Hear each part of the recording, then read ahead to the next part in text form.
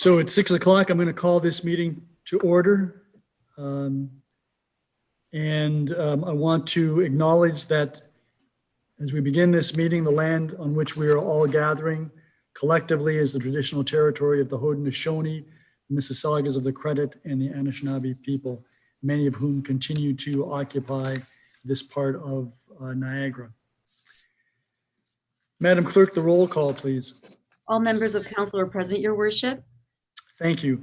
There is no addendum, just two announcements. The first one relates to Remembrance Day, which is coming up, and October the 30th was the beginning of the poppy campaign for the Legion branches in Fort Erie and across the country. And they won't be able to this year engage in their usual poppy campaign. So there will be selected locations. I would ask residents of Fort Erie to keep an eye open for those. And because of the disruption in the efforts by the Legion to raise money for their various programs, not only related to veterans, but also related to other initiatives in our community, including initiatives relative to youth, I would ask residents to be as generous as possible when you acquire your poppy and make sure that you wear it with pride and distinction. The second thing is, and I don't want to sound like a broken record, but I just want to bring the community up to date on COVID, because over the past 2.5 weeks, there has been an explosion of COVID cases in Fort Erie, and in particular over the last 3 days. So that right now, Fort Erie has 21 active cases of COVID-19, and they have arisen from a variety of locations, including long-term care. But we don't have precision with respect to all of the locations and how this is being spread. We've been trying to obtain as much information as we can from the public health authorities and anyone else who will provide us with information so that residents can at least be aware of and inform themselves of how they can best protect themselves from the spread of the virus. So we continue to try to get that information, to share that data with the public. There is a lot of information on the Niagara Region Public Health website. That information, though, doesn't go so far as to be able to caution residents as to things that places they could go or things that they could be doing other than the basic essentials, which is, limit your, particularly now, limit your contact with others simply because the virus has been spreading quite quickly. So we simply need to be more vigilant. Right now, Fort Erie, Thorold, Niagara Falls, St. Catharines, they're experiencing large numbers, and this isn't sustainable, and it does put our residents in personal jeopardy, and it puts our businesses in financial jeopardy. So I would ask everyone to continue to be vigilant and make sure that you do everything that you can to help to contain the virus. Are there any declarations of pecuniary interest? Councillor Zanko, Dubanow. Yeah, thank you, Your Worship. I have two tonight. The first one is item 9.3A on the agenda. That's the memorandum regarding the SPCA and bylaw 10612 as the company I work for has performed contracted services for the SPCA, and also with PDS 48-2020. That's the amendment to conditions of draft plan approval for Peacebridge Village Phase 2, Ashton Homes Western Limited, as I live in a subdivision developed by Ashton Homes Western Limited that has not yet been transferred to the municipality. Thank you. So we'll make note of that, Councillor Dubanow. Are there any other declarations of pecuniary interest? If not, then there are a number of public meetings for which we're giving notice this evening. There is a public information meeting on November the 3rd, tomorrow night at 5 p.m. with respect to the town's housekeeping comprehensive zoning bylaw amendment. And that is by video teleconference. To participate in that conference, you should contact Aaron Butler, our manager development approvals, at abutler@forterie.ca. And Butler is spelled the same way as Councillor Marina Butler's name. There's also a proposed draft plan of vacant condominium and zoning bylaw amendment for 397 Garrison Road on Monday, November the 9th, 2020. That again is by video conference.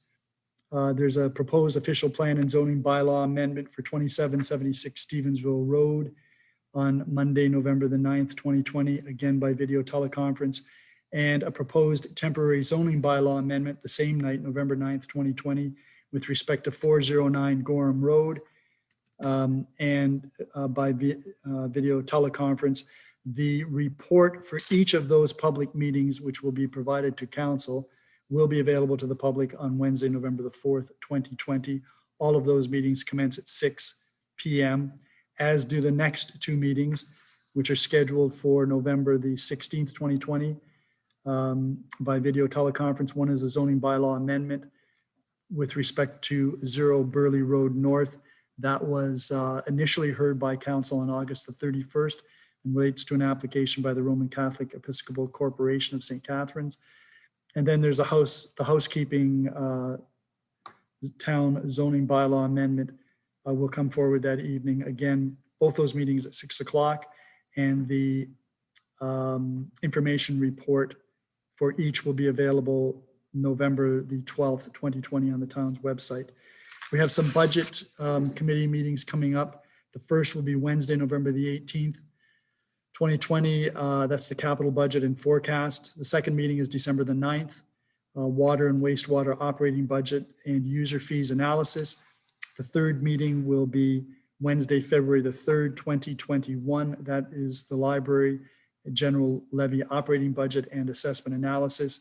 And a fourth meeting, if necessary, will be held February the 10th, 2021. Those meetings all take place at 6 p.m. and will be broadcast over video teleconference. The budget bylaws will be presented December the 14th, 2020. That's with respect to the preliminary capital budget bylaw, and the water and wastewater budget and rates bylaw will be presented January the 18th, 2021, and all things going according to Hoyle. The general levy budget bylaw and general capital budget bylaw will be passed February the 16th, 2020. We have a public meeting this evening. That is the proposed official plan and zoning bylaw amendment for property known as 7 Central Avenue and 100-1 Queen Street, owned by Compass Heights Developments. This is a meeting under the Planning Act, the public meeting under the Planning Act, and will be live streamlined on YouTube and also recorded for public viewing on the town's website following the meeting. To those members of the public who may be participating electronically in this public meeting, you may wish to put your view on gallery view by clicking the top right corner from the speaker view. If you've got an iPad, it's probably the top left corner. I would ask you to be mindful of background noise for the duration of the meeting. So when you're not speaking to council, please have your device on mute. Please note that participating members of the public will remain in the virtual waiting room via telephone or electronically until they are called upon during the public meeting. And there is a 5-second lapse before the person either comes online via telephone or by video. So members of council have been provided with all written comments received by the clerk prior to this meeting. And they're part of an information report which is on our agenda. Those participating online via Zoom will be asked to raise your virtual hand when you wish to speak or attend to address council. On a computer, you can do so by clicking on participants in the bottom center of your screen, and then by clicking the icon raise hand. On a mobile device, you can tap raise hand in the bottom left corner, and you will then be called upon to speak, and your microphone and video will be enabled by the staff. If you are participating by phone, you wish to raise your hand, press *9, and you will be unmuted by staff. So the order of the meeting is I will ask the planning staff to provide some background information for members of council who may then ask questions with respect to that presentation.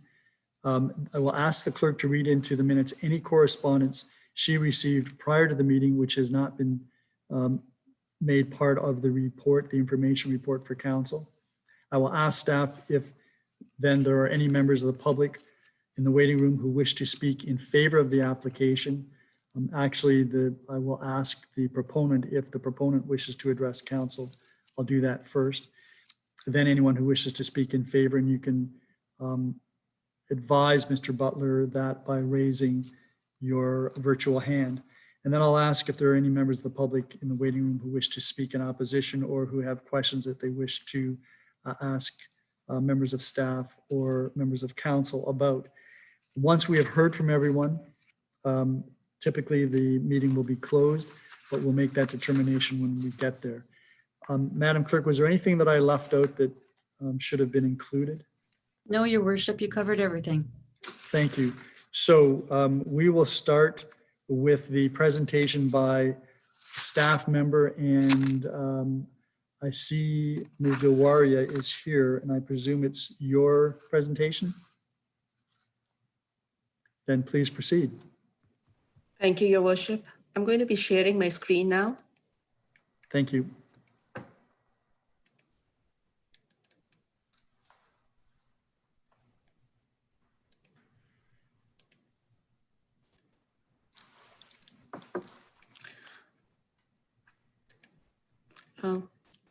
An application for a combined official plan and zoning bylaw amendment has been submitted by Levite, who represents Compass Heights Development Limited, owner of the subject property known as 7 Central Avenue. Compass Heights Development is in the process of purchasing a portion of the property known as 100-Queen Street, which is currently owned by Buffalo and Fort Erie Public Bridge Authority. The purpose of the application is to permit the construction of a 12-story mixed-use building on the subject lands. Notification for tonight's public meeting was provided in accordance with the requirements of the Planning Act by placing a notice in the October 8, 2020 edition of the Fort Erie Post newspaper. In addition, property owners within 120 meters were also mailed a notice of the complete application and public meeting on the same date.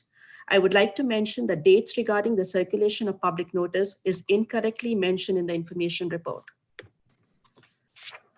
This is an aerial photograph of the subject lands as well as the surrounding neighborhood. The subject lands are located on the northwest corner of Garrison Road and Central Avenue and are in the Gateway secondary plan area. This is the location, a site plan that shows the location of the subject property. Major portion of the subject property is vacant. The applicant has recently installed a temporary trailer for the sales office. Peace Bridge service area is located to the north. Garrison Road, Royal Canadian Legion and other commercial development are located to the south. To the east is Central Avenue, Nexus Enrollment Center and Veterans Way. To the west is Knights Inn Motel, Tim Hortons, and other commercial developments. This slide shows the current official plan designation for the subject property. The lands known as 7 Central are designated as core mixed use, and the lands to the north are designated as Peace Bridge Border Services area in the town's official plan and are within the Gateway secondary plan area. This slide shows the current zoning of the property. The lands known as 7 Central are zoned Site-Specific Core Mixed Use 1, CMU 1-447. The site-specific regulation allowed the subject's lands to be developed for a maximum building height of 4 stories and required the main floor of the development for commercial uses. The northerly portion of the property is zoned public, which allows the development, the lands to be developed for public uses and operation. This slide shows the development. This is a site plan that shows a proposed development, which consists of 7 Central, 12-story mixed-use building, which includes 200 dwelling units and a commercial space for 879.9 square meters of commercial space. This site is accessed via Central Avenue, and to the north there is a service access which would be located at this section here. The applicant is providing adequate parking spaces, majority of which would be provided in the parking garage, and small portion of parking spaces are located along the north property line right here. In addition, 15 parking spaces will be reserved for Peace Bridge Border Service area. The proposal complies with all the other building setbacks of CMU1 zone. And the property would be developed for commercial uses along Central Avenue, and there's a proposed restaurant along Garrison Road. This slide shows the proposed rendering for the proposed development. The proposed building is 3-story along the street frontage along Garrison Road and Central Avenue, with commercial uses located along these street frontages. The applicant has broken the massing of the building by tearing the building and providing a podium at the 3-story height. After the 3-story podium, the building setbacks further approximately 3.9 meters or 12.7 feet. The tearing of the building has resulted in the reduction of the floor plates for the remaining floors. The proposed building is 8-story on Central Avenue portion of the property and has a rooftop and a restaurant on the 9th floor. The 12-story portion of the building would be located on the portion along the north property line, the portion which is owned by Peace Bridge Authority currently. This slide shows a sun shadow analysis. Based on the analysis, major part of the abutting westerly property will not be in shadow for the majority of the day. However, the northeast portion of the property will be in shadow for a small time in the morning. So this is the slide that shows the sun shadow for all the 4 seasons, spring, summer, fall, and winter. And the abutting property would be in shadow only in the morning portion of the day. For the remaining portion of the day, it would not be in shadow. This slide shows the requested changes to the official plan. The applicant is requesting to redesignate the northerly portion of the land from Peace Bridge to core mixed use and add a special policy designation to the entire parcel to allow the increase in the residential density from 75 units per hectare to 348.8 units per hectare. This slide shows the requested zoning change. The applicant is proposing to rezone the northerly portion of the property from public zone to the new site-specific core mixed-use zone. The new site-specific core mixed-use zone will allow the increase in building height from 4 stories to 12 stories. The secondary plan policy enables council to permit the additional building height through the use of Section 37 of the Planning Act. The proposal complies with all the other zone regulations.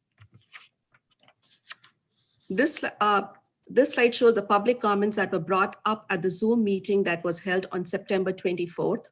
The meeting was attended by staff, applicant, and one of the area resident. The resident had concern regarding the scale of the proposed development. He mentioned the tall building on the abutting property would adversely impact his property and business. He had concerns regarding the timing of construction. The applicant agent mentioned the proposed development is 8-story on the portion of the property abutting the neighbors. The 12-story portion of the property will be on the northern portion of the property, which is sufficiently set back from the neighbor's property. Regarding the timing of the construction, the owner mentioned that he understands his neighbor's concern and will try to expedite the process the best he can. This slide shows some pictures of the subject property. This is looking at the subject property from Central Avenue, looking west on Garrison and Central Avenue intersection, looking east to Mather Arch, looking north from Central Avenue, looking south from Central Avenue, and that concludes my presentation. Thank you very much, Ms. Dilwari. Do any members of council have any questions? I guess if you raise your hand, I can now see you all. Councillor Noyes. I'm not sure if I should ask it now or if I should ask it when the report comes later on this thing. And Mika, in one of the pictures that you showed, it showed that the tall building, and you could see the Queen Elizabeth going behind it. And I know in the report there's a lot of talk about noise pollution, but was there any consideration in regards to the air? With the fumes from the trucks, I know the Peace Bridge, I know there's something I'm going to be on title about. You can't complain about the noise of the trucks and things, or what about the exhaust and things like that? Has that been considered? Ms. Dilwari. Through your worship, the applicant had completed a noise study, and when we would be going through a site plan process, there would be a warning clause that would be included in the agreement and in the condominium agreement. If they choose to go through the condominium, that there would be a warning clause regarding the noise. Now, if I can continue? Yes, you may.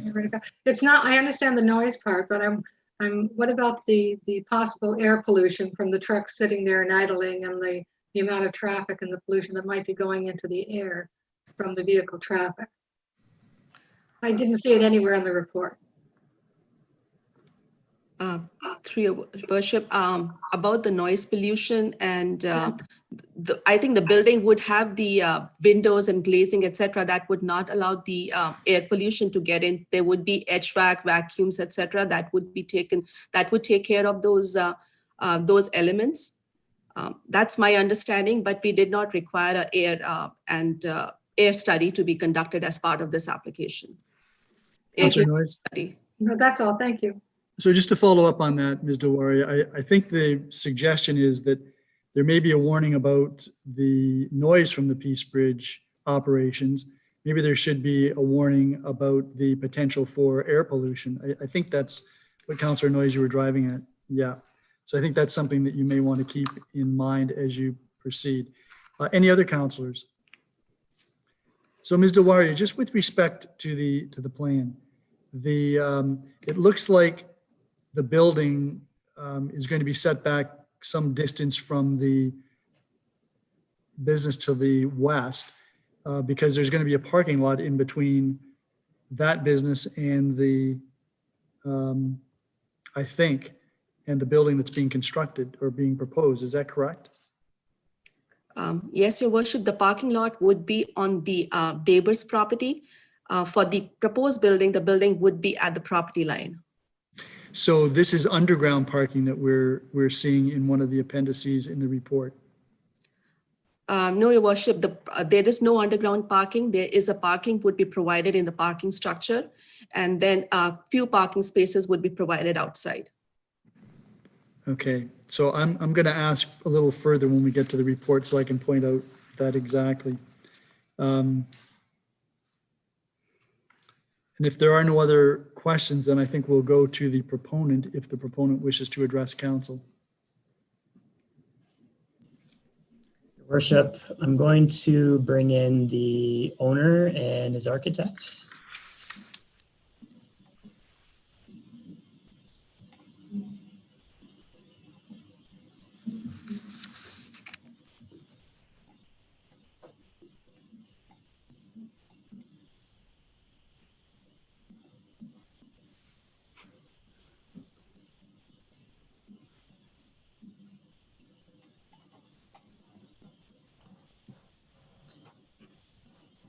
So we have Jeff Andrews, the owner, and Jason Pizzicarola, the architect, both coming on now. Gentlemen, you can show your, yep, they're perfect. Good evening, gentlemen. Good evening. Good evening. And councillors. So this is your opportunity to address council if there are any further comments you wish to make with respect to the proposed project and the OP and zoning bylaw amendments you're requesting. Okay, but stop moving around the screen. I got to keep on following you. I'm losing my thoughts. I guess we are aware of the concerns that were mentioned in Anamika's opening comments. And we've also are aware of a couple of the notations that came from Mr. Ron Rhinus on behalf of, we'll call it the Peace Bridge Authority. And of course, the neighbor, Mr. Vikram Patel from the Knights Motel next to us. We're not sure if Mr. Patel is on here tonight. He's not sure if he was going to be able to. But I did have authorization from him to make a generic statement, which is him and I have been discussing, and we are dealing with all of his concerns that he's mentioned, and we foresee no issues moving forward. He's been satisfied with the resolutions that will come through us from a business perspective, as well as those that will be, of course, enforced up to and through the SPA process. So that's on behalf of Mr. Patel and myself addressing his concerns. Thank you. Anything further? We're excited about the project, obviously. We are excited about the response that we've been getting.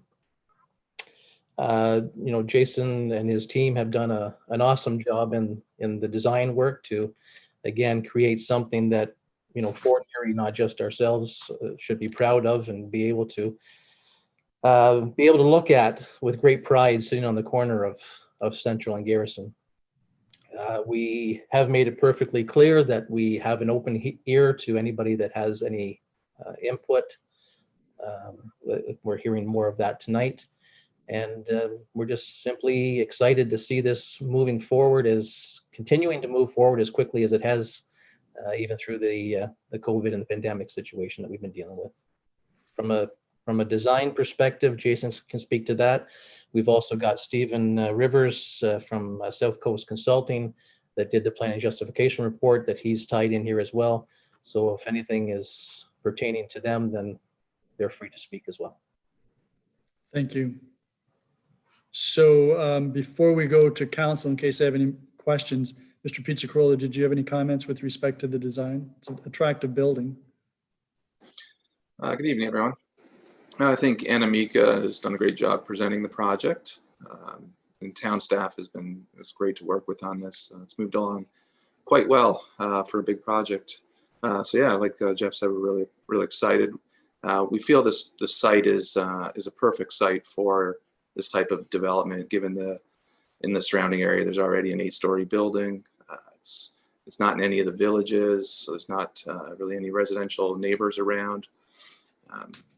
The building's been stepped back as per the design and the request of the municipality. We've been able to tuck in the parking. So we've done a lot of things here that I think will really lessen the impact of the 12 stories. Other than that, we're, like as Anamika said, we're achieving all the other zoning requirements. So really here, just to answer any questions you might have. Okay, Mr. Andrews. I believe, Your Worship, when you attended our informal open house on the Friday at site, I believe that myself and Mr. White were speaking on this matter, that, to look at an underutilized piece of land where there is no green space at this time, and then if you are to take and try to put 200 families somewhere else and spread them out in any community, the impact that would have on green space and spreading people out rather than going up. Again, in harmony with what Jason was just saying, we truly feel as though this is the place for this project to be, and it certainly fits in to the location. Thank you. Any members of council have any questions of either Mr. Andrews or Mr. Pizzacarola? Councillor Noyes. Thank you, Mayor Redekop, to Mr. Pizzacarola and Mr. Andrews. Thank you for your presentation and thank you for developing in town. My question is, I mentioned it earlier in just a few minutes ago about the air quality. I understand that the noise pollution has been considered, but what about the air quality and air pollution with the trucks and the Queenie being right there? Has there been any consideration given to that? So I can speak in terms of that there is a clause that is part of the purchase agreement from the Public Peace Bridge that deals with the type of HVAC systems and how that needs to be controlled and mitigated. HVAC systems obviously will intake and outtake, air and so forth.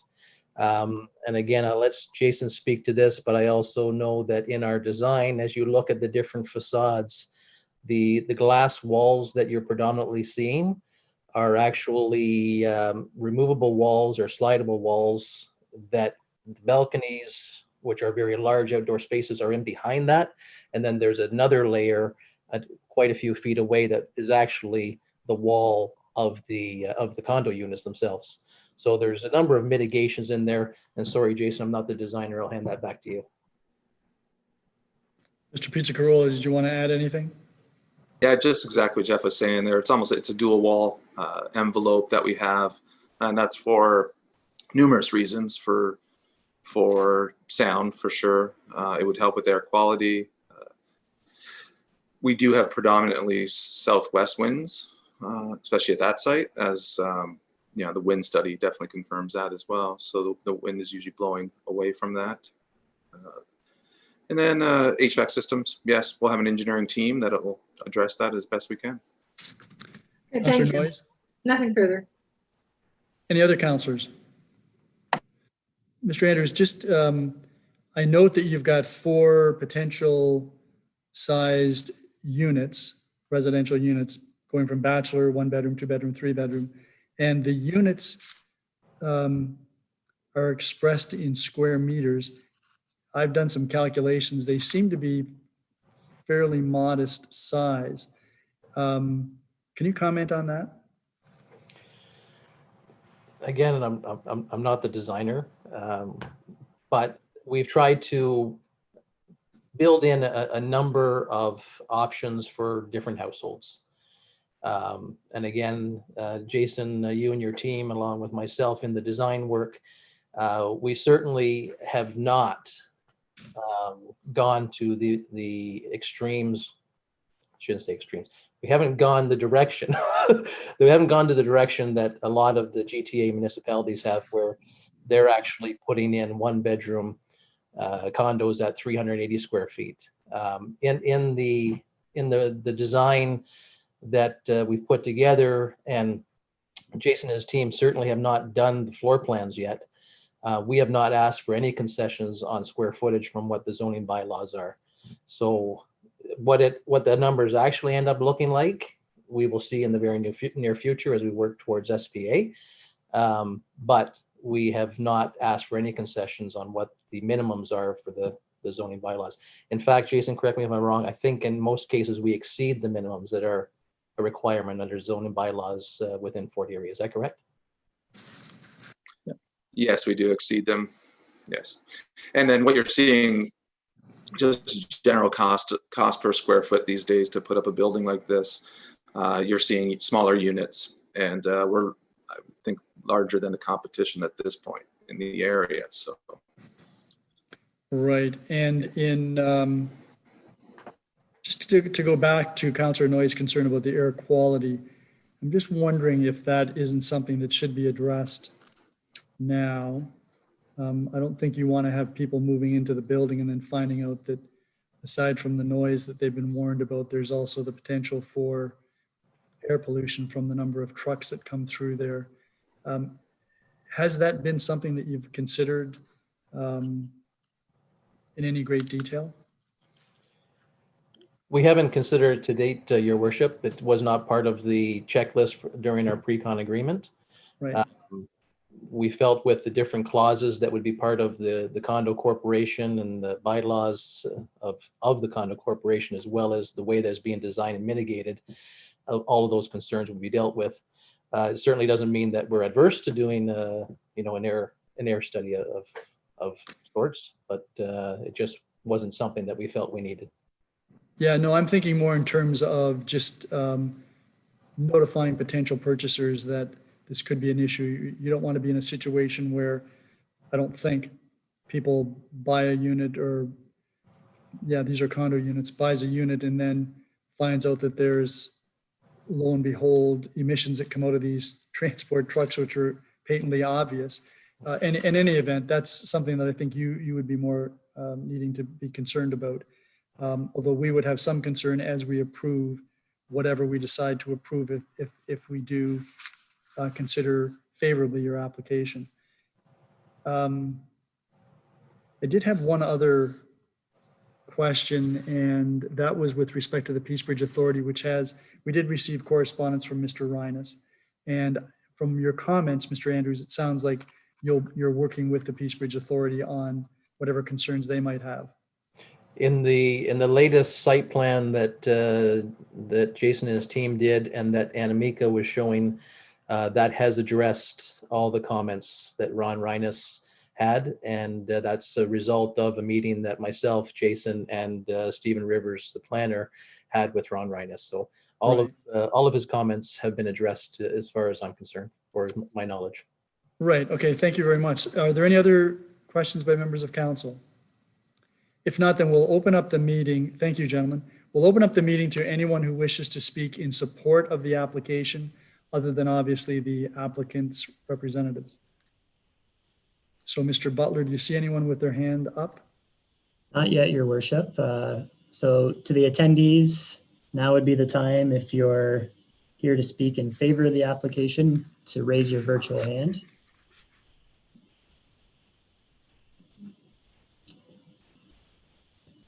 Seeing none, Your Worship. Okay, then we'll move on to anyone who wishes to speak in opposition or who has questions that they would like to ask with respect to the application.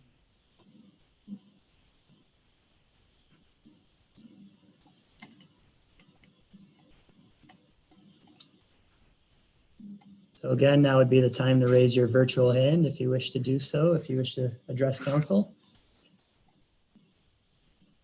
I'm seeing none, Your Worship. Okay, I know that Mr. Patel had apparently signed in earlier. He's not, doesn't look like he's here now. So if there are no other individuals, and I'll give one last chance, anyone who wishes to address council, please raise your digital hand so Mr. Butler can see that and then allow you into the meeting. If there are none, I'm seeing none, Your Worship. then I'm going to declare this public meeting closed. And gentlemen, we have an information report on our agenda, which we'll be dealing with very shortly. So thank you.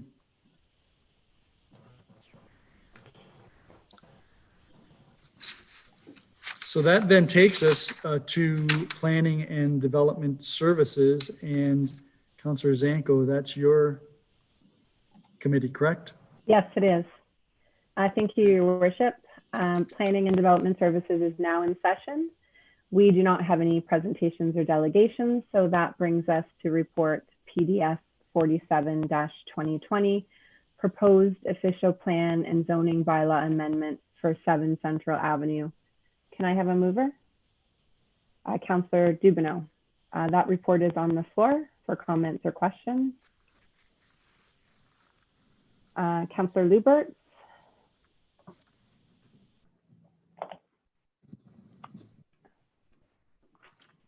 You're on mute, Councillor Lubberts. Okay, yeah, thank you very much. How's that? Perfect.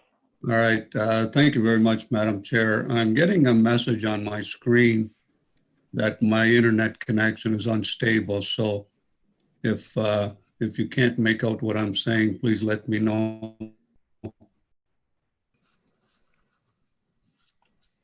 But I just got one question on page 6. Am I? I am freezing. Mm-hmm. Yeah, it's cold in my house. Page 6. It talks about section 37 of the Planning Act. And I see that staff has the Affordable Housing Committee. And then also there's some new changes maybe with the community benefits charge from some bill from the province. And I'm just, my question is to, I guess, would be Anamika or Kira Dole. Could we consider adding into that something to enhance the Kingsman pool? Because over the years, we've been trying to do something there and raise money to maybe make some changes and put a new pool in or something. But I'm just wondering if that's something that staff could consider as well. Okay, Ms. Dolch, did you want to respond to that question? Sure, thanks. Through you to the councillor. So at this point in time, we were looking at some affordable housing options. We knew it was a big priority of council as part of the benefit, but it's something we can bring forward to council as we get through this process in terms of the community benefit. Right now, we're just working out the details of that benefit, but staff we're leaning more towards the affordable housing benefits given the increase in height and density. Yes. Yeah, thank you very much, Madam Chair. And I understand that, but when we look back at the community benefits that were offered in Bay Beach for a 12-story building, that was in excess of $3 million in community benefits. So is the affordable housing benefit in excess of $3 million? Ms. Dolch? Through you to the councillor. So Bay Beach was a bit of a different scenario. It was based on the cost we paid for the site originally. A number of factors went into that benefit, but in this case, it would be based on an appraised value, most likely, for the additional density. So I don't know what that number will be at this point in time. Councillor Lubberts? Okay, I just wanted to see if staff would consider it anyway, because I know Kingsman Pool is a priority for some residents in Fort Erie, and this is a perfect opportunity to make some enhancements there. Okay. Anything further? No, that's fine. Thanks, Madam Chair. Okay, Councillor Dubanow, and then we'll go to you, Councillor Noyes. Yeah, thank you, Madam Chair. And just to touch on what Councillor Lubberts mentioned about Section 37 benefits and what Ms. Dolch mentioned about the affordable housing, I'm in favor of that. I think it's a good idea. I think that's something this community has been very vocal about the need for. I'm certainly hoping, maybe we can look at, our active transportation master plan. There's a few other things we might be able to look at as well to enhance our community through that benefit. But I'm looking forward to seeing what comes forward from that and the decisions and the discussions that council makes. Just quickly to touch on this, that this is located right at a rather prominent corridor right in Ward 2 at the corner of Central and Garrison. Certainly anyone who's familiar with the area will remember that there was a derelict building that was sitting there for many, many, many years. And I'm actually quite pleased to see that there's been interest in this property and to turn something that's been sitting vacant, not providing anything to our community, into something else. I think Mr. Andrews during the public meeting hit a nail on the head, which is the amount of units and the variation of units that we're going to be able to provide to the community in a relatively small brownfield property. I think when I did the math on the square meters of the property side, I think it's just under 1.5 acres. And if you were to have a subdivision go in with 200 single family homes, obviously it would be quite a bit larger than that. And from looking at our housing strategy that we had presented to council, or sorry, the housing report we had presented to council roughly a year ago, there's definitely a need for a variation of apartment style units in our community. I believe the number, and I'm going off the top of my head, I don't have it in front of me, but I believe it was 2,000 of those type of units by 2041. So I think this helps to address that. Certainly this is still before council. It still needs to be approved, move through the process. But so far, I think this is going to be a good thing for our community, provide some much needed, apartment or condo suite style units, which I heard loud and clear during the election were much desired by many residents in our community. And I just wanted to share those comments, how exciting I think this is that we have something like this. Good location, apartment across the street. It's on a transit route. You've got access to commercial services. You can walk to a lot of businesses in the area.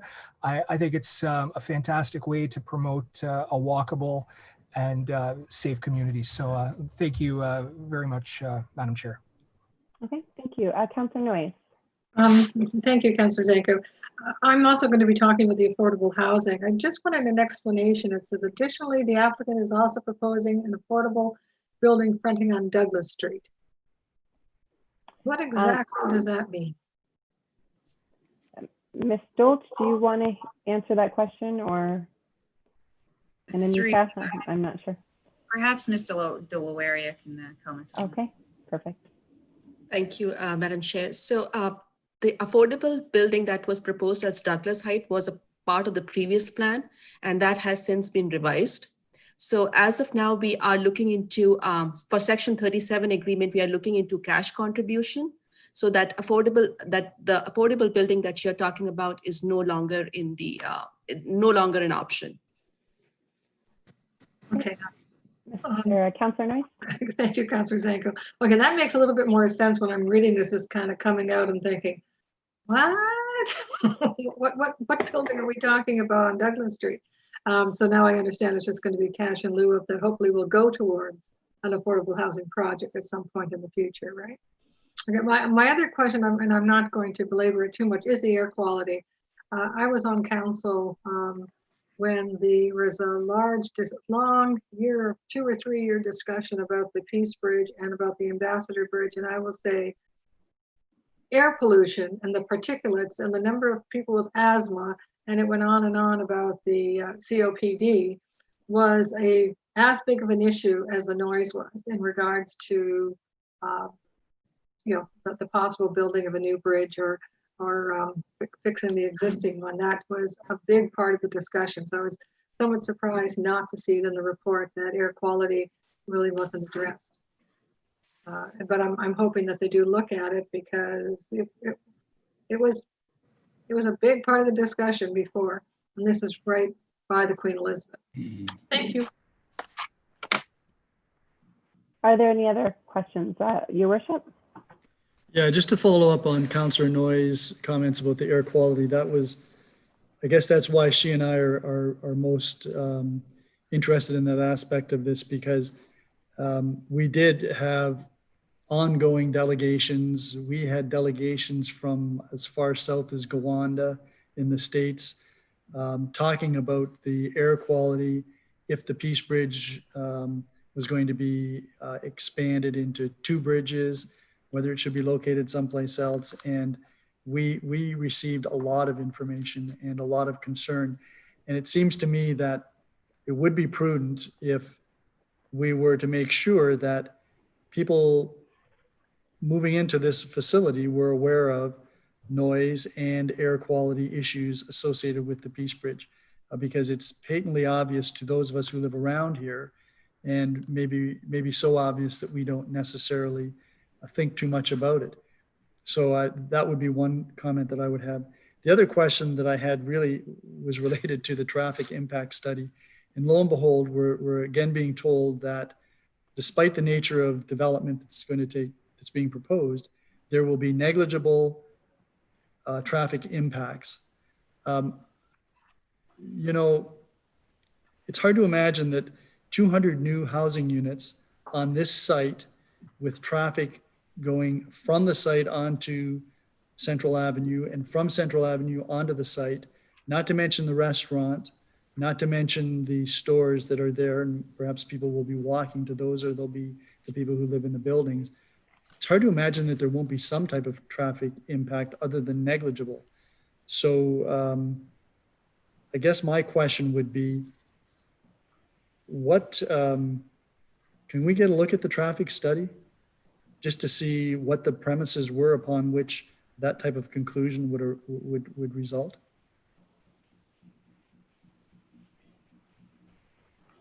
Whichever of you would like to answer that question. Sure you do, His Worship.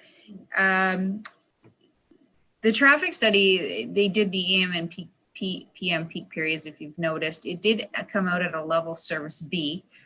We will have further discussions with the region.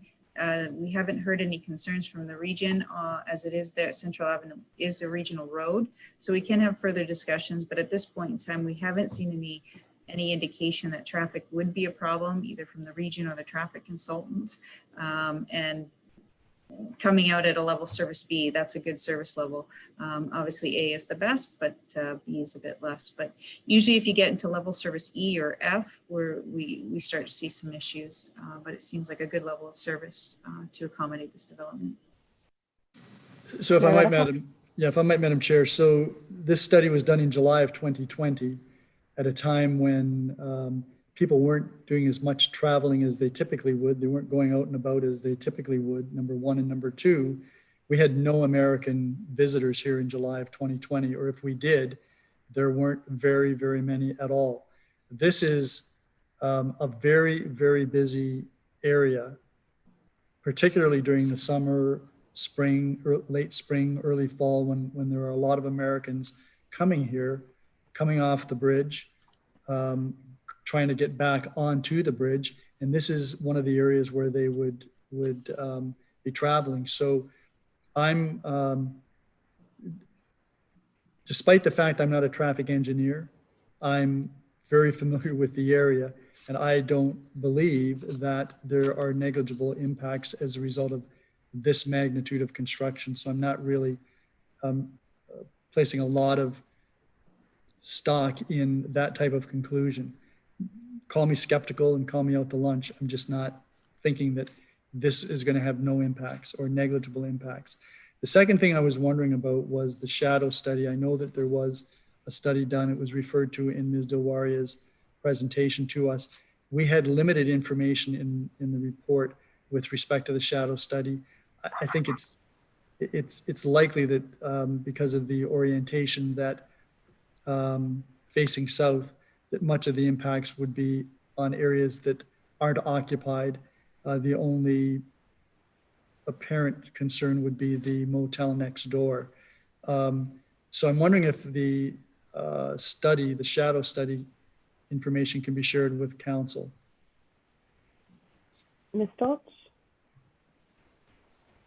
Through you to His Worship, yes, we can provide the details of the shadow analysis to you all.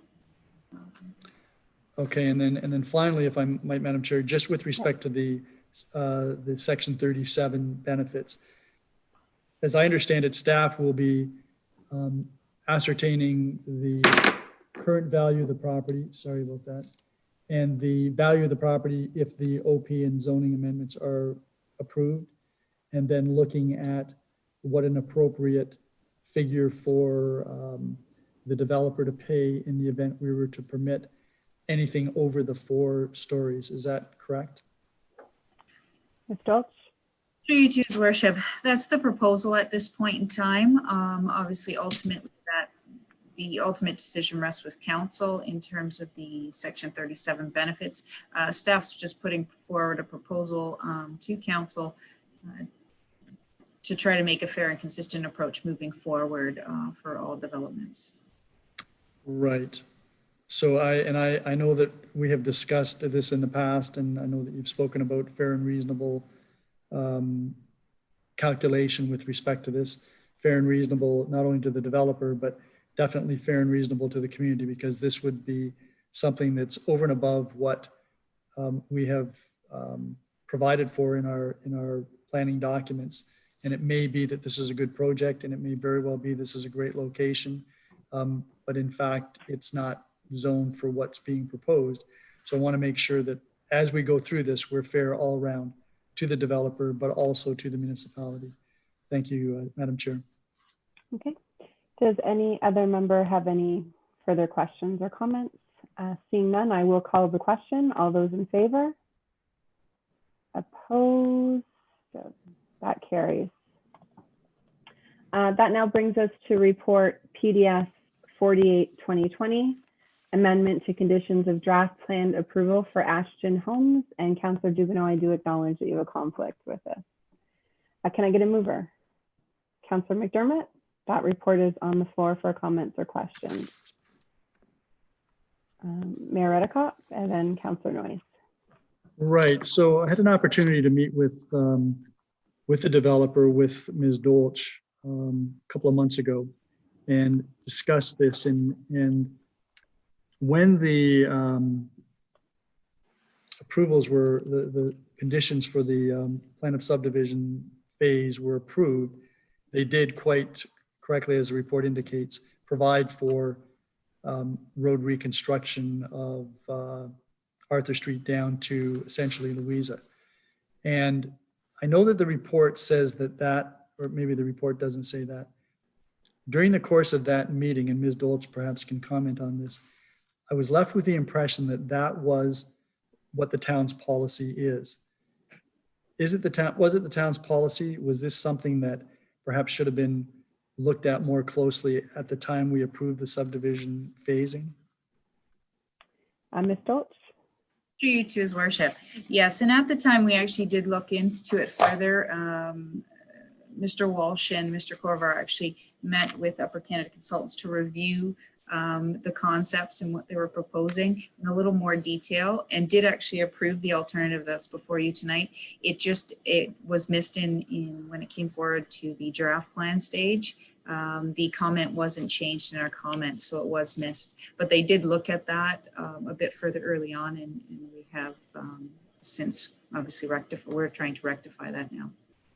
Right, and the report outlines, and this was discussed at the meeting that we had in September, the issues relative to extending some of the services, sanitary sewer, storm sewer, down to Louisa Street, which is a distance of about, I've got anywhere between 128 and 140 meters.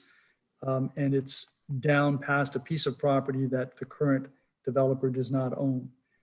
So my question, and the only concern that I have, is how do we ensure that at some point the storm sewer, the sanitary sewer, the water are going to be installed south of the current south limit of the Ashton Homes development, if we approve this?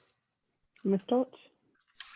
Through you to His Worship. So the work on the reconstruction of Arthur Street is a development charge project. So we are actually, the developer's front-ending the cost, and we're reimbursing him. What will happen in this case is, because he's not doing the entire section of roadway all the way down, we will only reimburse him for his portion that he's completing at this time. The rest of the monies will be held until either a future development goes forward or we go ahead and complete the work based on our capital work plans. So if I might, just for clarification, Madam Chair, so this is a development charge project from Garrison all the way down to Louisa? That's correct. And so I think the innuendo from the report is that when some housing is done on Louisa Street in a future phase of development by Ashton Homes, that's when it's likely that this connection would be made between the end of the underground services on Arthur and Louisa Street. Is that when we would likely trigger that? Ms. Dolch? Through you to His Worship. That's most likely. I don't see the municipality going ahead in advance, only because we would have to loop the servicing. We would probably wait for that development to go ahead, because the water main at that point in time would come forward and we would loop in at Louisa at that point. So one final question. Is anything that we're doing right now likely to result in the owner of the parcel of land south of phase 2, that is further south on Arthur towards Louisa? Is anything we're doing likely to encourage the owner of that parcel to sit on its hands and just let the services eventually be installed without them participating? Ms. Dolch? Through you to His Worship, possibly. Obviously, if the developer that has purchased additional lands to the south decides to go ahead in advance of that, obviously the development charge project money would be allocated for that looping. Obviously, he would end that service all the way down to Louisa, so he wouldn't be penalized in any way for connecting. I'm sorry, I didn't get the last part. I said he wouldn't be charged any additional fees to connect or be encouraged, but it is a development charge project that the town's budgeted for. So I don't think in any event that he would be on the hook for that cost anyway. The developer will be reimbursed. The developer to the south, if he decides to proceed with another phase, would be reimbursed for that additional cost with our development charge monies. If I might, Madam Chair, and the owner of the land currently between Louisa Street north to the south limit of the Ashton Homes development, if that land is ever developed, is going to be paying development charges on whatever development takes place. That's correct. Yeah, okay. I'm quite willing to support the recommendation, Madam Chair. Thank you. Okay. Mr. Noyes. Thank you, Councillor Zanko. Some of my questions have been answered. They were similar to what the mayor had asked.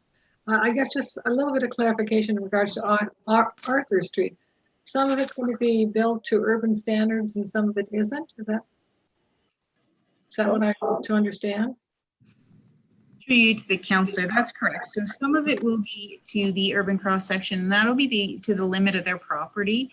Ashton Home has, so town staff had some concern about the condition of Arthur Street past this development. Ashton Home has committed to pave with just a base coat asphalt all the way down to Louisa at their cost. So it wouldn't be coming out of the development charge fund from the town. They'll do that at their own cost to make sure that the road isn't in decent repair until such a time as we're ready to move forward with either the development charge project or a developer goes ahead and front ends that cost in the future. Thank you. That's all. Any other comments or questions? Seeing none, I will call the question. All in favor? That carries. That brings us to new business or inquiries. Does any member have any new business or inquiries first? Councillor Noyes. Thank you, Councillor Zanko. I have two actually. One is about the if we can be provided with information in regards to the illegal cannabis operation at Eagle Street and Winger Road. I understand that the our town and the OPP have dealt with that situation, but I think perhaps council needs to be filled in on what exactly went on there. And the other is the egress to Black Creek, Douglastown, the third, like another entrance exit from this this area. Is that I understand that in the past council has taken off the possibility of one of the streets coming off of Black Creek Road, which was Simpson, and the new development was taken off the option. And I'd like to understand a little bit more about why. I understand why it was taken off. The two neighboring people, two neighbors didn't like it that were backing onto it. But and again, I think since at that time we weren't considering creating a third or a second access to this area, and I think this may be one of the options that should be at least be able to be considered. So I think perhaps council getting some background information on why it was taken off, and after hearing that, I may be making a notice of motion that it be reconsidered as a possible option. And I understand there's a little bit of red tape we have to go through to make that happen. Thank you. Okay, thank you, Councillor Noyes. Ms. Stoltz, did you get all of that? Yes, I did. And I can comment on the Winger Road. Would you like that in a memo or this evening? A memo would probably be better so I can share it. I've had many of the residents asking about it. Perfect. Do any other members of council have any inquiries? Okay. Madam Clerk? There is a response to inquiry under new business in this subdivision. Yes, I do see that. I just wanted to see if there was any other new inquiries before I went to that. Okay, seeing none. And there is a response to Councillor Noyes' inquiry, and that inquiry was Councillor Noyes inquired with respect to Stevensville Mini Park and when the playground equipment would be installed. And the response to that is the manufacturer has indicated that the playground will be installed the week of November 23rd, 2020, if not earlier. They have also confirmed that they are able to install the playground equipment regardless of the weather. Councillor Noyes, did you have any further comment to that response? Well, just I'm glad to see it moving forward. It was supposed to be done last year, and then I think there was a problem with the manufacturer, went out of business, and so we've had a litany of problems that have prevented this from happening when we had hoped, again, beyond our control. And I'm glad to see that they're even considering it doesn't matter if it snows, we're still going to go ahead with the park, that it is a priority. And I know there's been a lot of people anxiously waiting for it. And I appreciate the staff's effort to make it happen. Thank you. Excellent. That brings us to the business status report. Does any member have any questions regarding the report? Seeing none, I will hand the chair back to you, Mayor Redekop. Thank you very much, Councillor Zanko. That takes us to infrastructure services. That'd be you, Councillor Noyes. Thank you, Mayor Redekop. Infrastructure Services is now in session. There are no presentations and delegations. That brings us to report number IS 37-2020, 2019 Municipal Bridge and Culvert Assessment Report. Can I have a mover? So Thank you, moved. Councillor Zanko. Thank you. The report is now on the floor. Mayor Redekop. A couple of questions. There was a reference to some structures on clay roads and unopened road allowances. And I'm wondering whether it's on page 12 of the report, I think. And I'm just wondering whether these are necessary structures. Is that one of the determinations that will be made going forward? Whether these need to be replaced or whether they can simply be removed? Thank you, Mayor Redekop. I think Mr. Walsh should be prepared for this question because I think I asked him a similar question this afternoon. Mr. Walsh, would you like to answer it? Yes, thank you. I hope I give the same answer. These are historical structures over unopened roads, traditionally used by farmers in the area. I think if we took them out, it may cause, or it may have the opportunity to cause undue hardship to farmers. So my recommendation is to replace them. In the big picture, the cost isn't that great. Thank you. And that was my anticipation. And I presume that we will make sure that there are farmers or a farmer that's utilizing them before we would spend money on them. Is that correct? Yes. And the second question, just for clarification, so are we currently setting aside $374,000 or whatever it is in our budget each year for bridges and culverts, Madam Chair?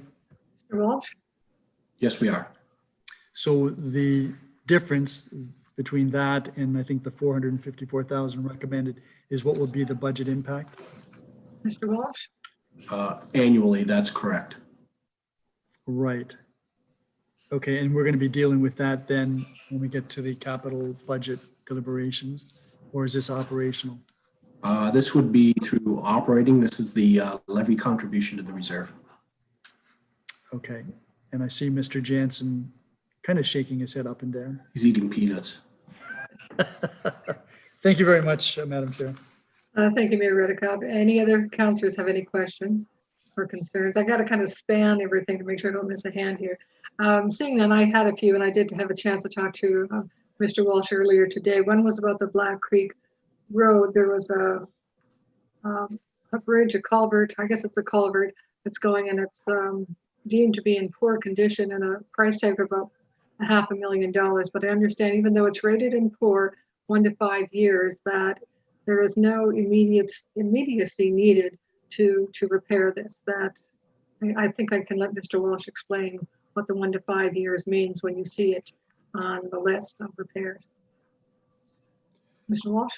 Yeah, thank you. The 1 to 5 years means it's a second tier priority. We have now priorities in the report, which we should be addressing in probably a 1 to 2 year time frame.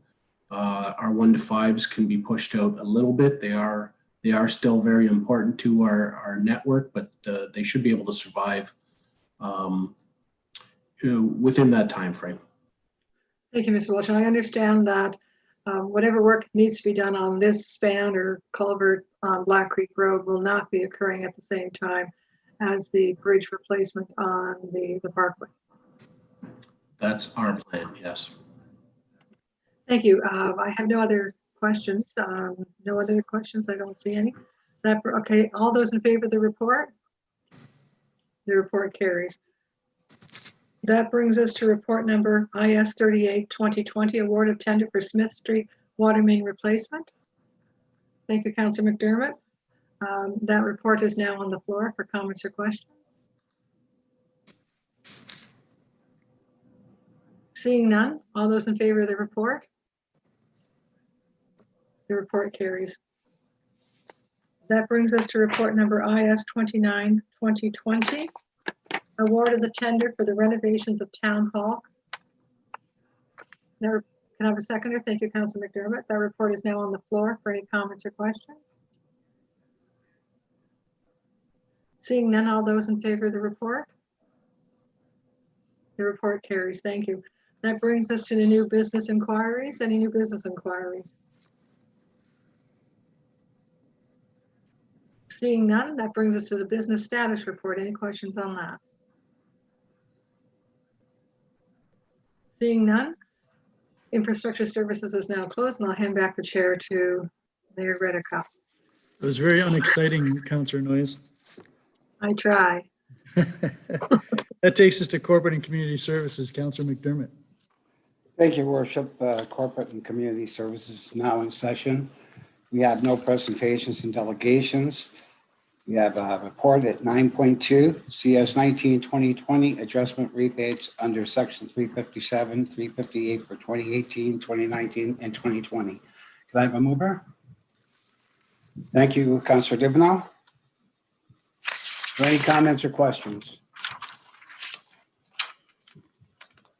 Seeing none, all in favor? Thank you. Carried. Are there any new business inquiries? There's the memorandum, Councillor McDermott. Yes, there is the memorandum. Are there any comments or questions with regards to that? Councillor Noyes?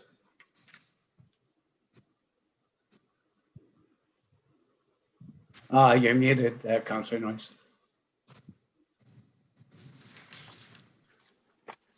Just some comments and questions in regards to the appointment of the law enforcement officers for the purpose of animal control. It sounds like it's fairly automatic, that it just kind of happens. They give us a list and we say, okay. But should there be any criteria that we see in regards to, okay, so if Mr. Smith wants to come and we're saying, okay, here's Mr. Smith, let's make him a bylaw officer because the SPCA has asked us to do it. Do we ask for any information on Mr. Smith? Like, I mean, are we opening ourselves up to liability if we're then officially giving him or her the title of bylaw enforcement officer for the town of Fort Erie? I don't know. Who wants to fill that one? Mr. Cookett or Ms. Copill?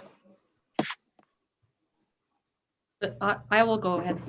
Through you, Chair. The appointment bylaw, the bylaw that delegates the authority to the clerk is strictly for that purpose. And it is required through the contract with the SPCA that we will make that appointment. So no, we do not look at any criteria or their background or anything like that. We do not hire these individuals. We are simply carrying out the terms of our contract with them in order for them to carry out the contract. Thank you, Ms. Copill. Councillor Noyes? Yeah, and hearing that, and I understand it's a fairly automatic process, but are we opening ourselves up to any liability at all with it, with providing them with the title of bylaw officer enforcement? Has anybody ever looked at that? Ms. I Copill? know they're not working for the town. I don't know whether perhaps the CA wants to comment, but this was done back in 2012. So I'm not familiar with that, whether or not it was. I would think that at the time it would have been considered, otherwise it wouldn't have been passed. Thank you. One second, Your Worship. Just on this particular point, since we're going to be reviewing this whole process and the animal control bylaw, I think it's something that we could be looking at and get some advice from legal counsel with respect to this.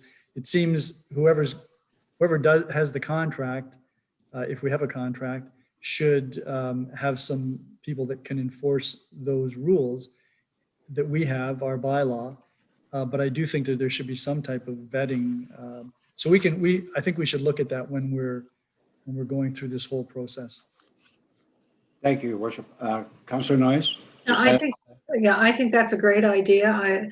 I do think that there has to be a little bit more tightening up on that and looking at liability and criteria since we are involved in the appointment. Thank you.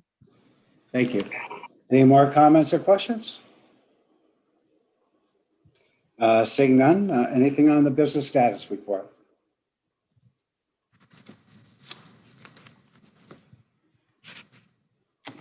Did you have your hand up, Councillor Noyes?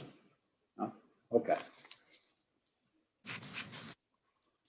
Then we're finished. I hand it over to you, Your Worship.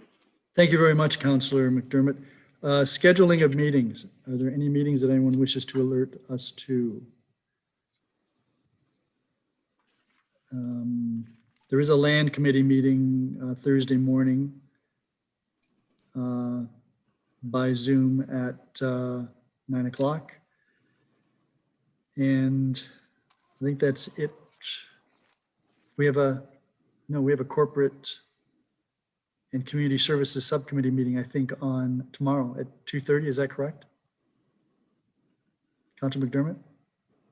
Your Worship, I failed to mention this to you tonight. I was going to do an inquiry. I just didn't know where to put it in. I just wanted to make you and the CAO aware of the fact that we continue to have this huge drag racing problem here on Fifth Street.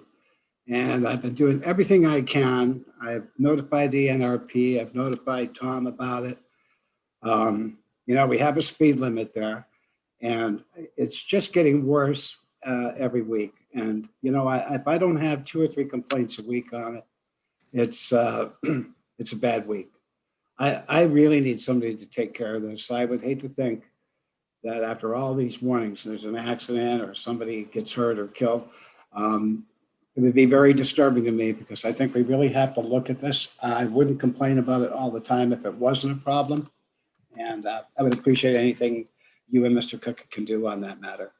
Councillor McDermott, on that point, is that in the area of Phipps that would be east of Crook Street or Robinson, or is it?